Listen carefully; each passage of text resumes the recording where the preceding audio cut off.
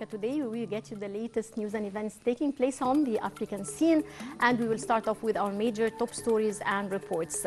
The African Ministers of Finance, Economy Development and Environment are meeting in Cairo to formulate a unified African vision on financing issues and programs to confront climate change.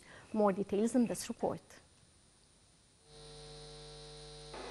Egypt is planning a meeting for African leaders in September ahead of the conference of the parties to the United Nations Convention on Climate Change, COP27, which it will host in Sharm el-Sheikh in November.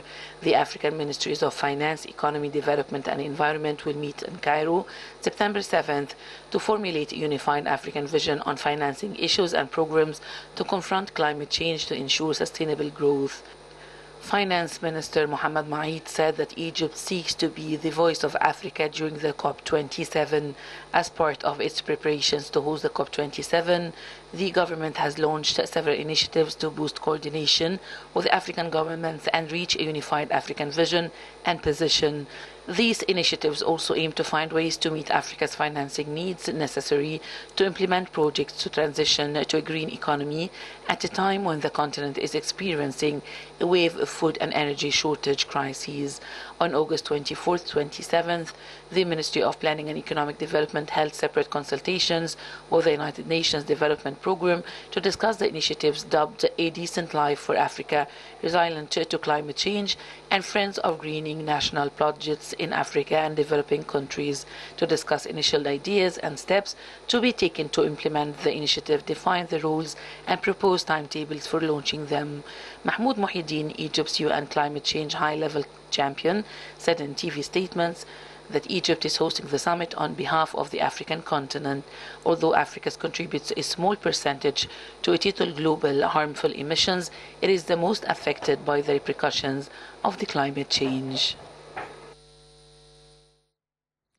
Welcome back, ladies and gentlemen. Still with our special reports, Egyptian investments in Africa rose by $1.2 billion in 2021 to reach $10.2 billion, and trade volume has also risen, an increase of 178.5% compared to 2020. We have more details in this report. Egyptian investments in Africa rose by $1.2 billion in 2021 to $10.2 billion, and trade volume with Ivory Coast has risen to $149 million, an increase of 178.5% compared to 2022. Minister of Trade and Industry Ahmed Samir made the remarks during celebrations of Ivory Coast's 62nd National Day at the country's embassy in Cairo. In a speech during the ceremony, Samir conveyed the greetings of Prime Minister Mustafa Madbouli to the Ivorian government and people on the occasion of the country's National Day, which is celebrated annually on the 7th of August.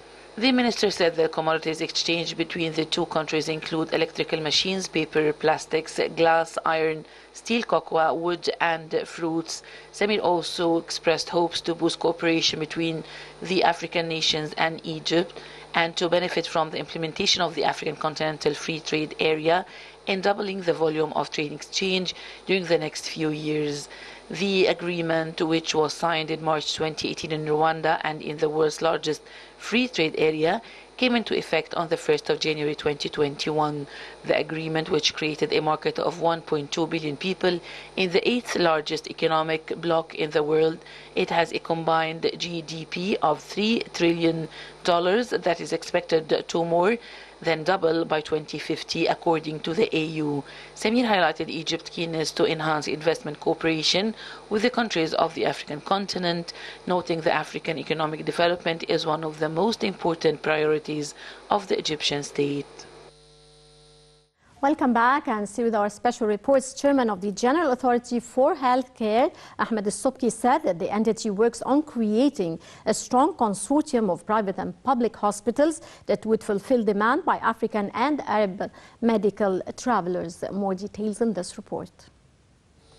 Chairman of the General Authority for Healthcare, Ahmed Al-Subki, said that the entity work on creating a strong consortium of private and public hospitals that would fulfill demand by African and Arab medical travelers. In that context, Subki instructed the Authority Executive Bureau of identifying the specializations needed by medical tourists in the region, as well as the best doctors in the country who can be part of the project. That is in addition to setting the prices of medical services to be offered in foreign currencies. The authority's chairman also directed launching a Facebook page titled "We Take Care of You in Egypt" in order to provide potential customers with all information they need and answering their questions from Africa. To promote the project, Sobki Equally suggested holding a conference having representatives of both public and private sectors to exchange views on the best practices to execute the project. The officials also underscored the importance that medical establishments that will be members of the consortium obtain acceleration from TIMOS and the Joint Commission International JCI to ensure quality. Welcome back, and on Egyptian investments in Africa, we're glad to be joined over the phone by Ambassador Souad Chalabi, former assistant to the foreign minister. Good afternoon, Ambassador Souad. Good afternoon. We would like to talk more about the Egyptian investments in Africa that rose by $1.2 billion in 2021 to reach $10.2 billion. How do you see the significance of this rise? Well, as you know, the African continent is a very rich continent, and it has not yet been exploited enough. It has a lot of natural resources and human resources that need to be developed and need to be discovered. So that is why the best thing to do is to discover the potential and to see what are the challenges that face Africa in order to develop its potential and to move ahead in trade, in investment, in economic growth. So yes, it is true that the global economic downturn that has happened in the world has affected, of course, many countries, especially the African countries, and there are a lot of disruptions to trade, to supply chains, inflation, there are there's unemployment, there are reduced investment flows, but all this, of course, have a ripple effect across the global economy. And that is why the African economy has to face a lot of challenges and risks and try to be resilient for the coming challenges. Yes. Well, Ambassador Souad, the African Free Trade Agreement, which was signed in March 2018 in Rwanda and is the world's largest free trade agreement, it came into effect on January 2021. How do you see the significance of this agreement? Yes, it is very important, of course, to monitor what is happening between since the signing of the agreement. Of course, as you know, that the pandemic has affected the involvement. They have affected the increase of trade and boosting of the economic growth.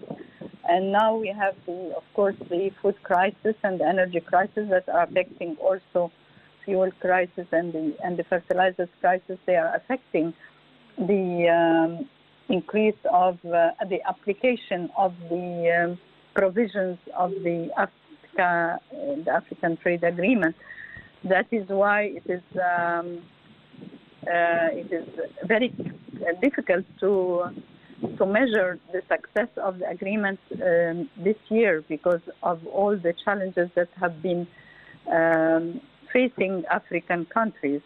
But on the other side, we are still hopeful that some of the African countries can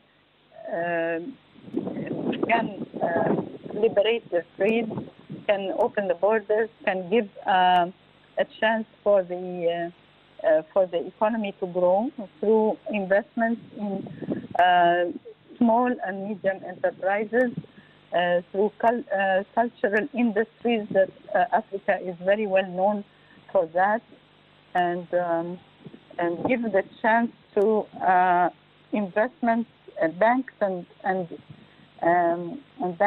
financial corporations to invest and to help to give guarantees to projects that African projects that are that need feasibility study and need guarantees, that need infrastructure and standards in order to develop their exports. Because actually the big problem between African countries, the trade between African countries, is the missing data, and the missing data will help the African products to be known to Europe, for instance, because if we need to make market surveys and to develop our digitalization of data, it will help, of course, to know what are the markets that are available in Europe and the West, so that the African exports could be exported. And of course, between the African countries themselves, the trade barriers could be lifted, and they could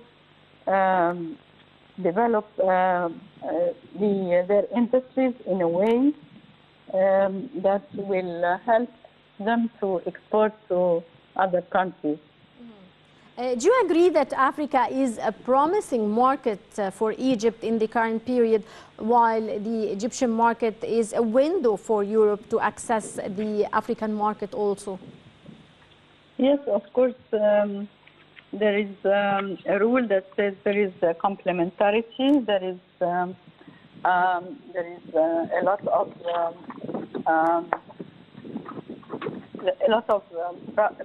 of products that Egypt can export to African countries, and import from Africa their products.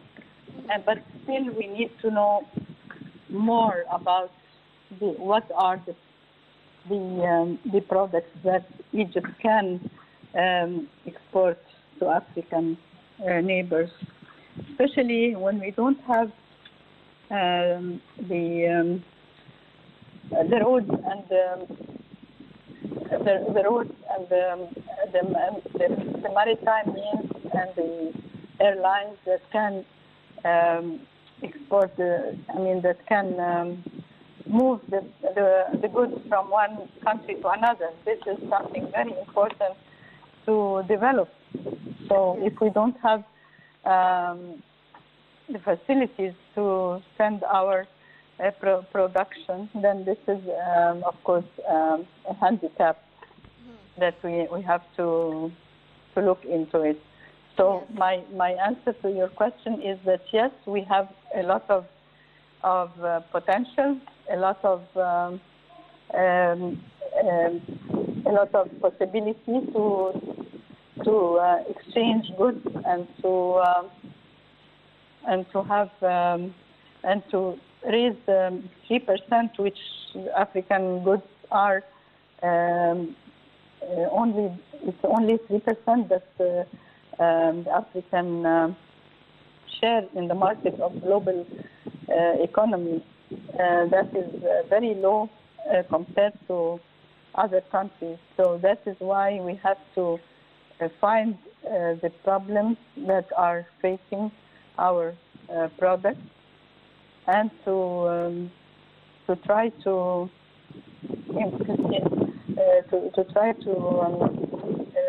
see what is the market, what are the markets that are needed for our goods. Mm-hmm. So there are risks, there are crises, but the global outlook is promising, especially if we concentrate on the cultural African products that Yes. are textiles, that are film industry, for instance, that are small and medium enterprises that do handicrafts, and encourage them in order to be able to export their goods to other countries. Yes. Well, I would like to thank you very much, Ambassador Saad Chalabi, former assistant to the Foreign Minister. Many thanks for your insight. And dear viewers, that brings us to the end of this edition of Africa Today. Many thanks for watching, and stay tuned for more coming up here on Nile TV International.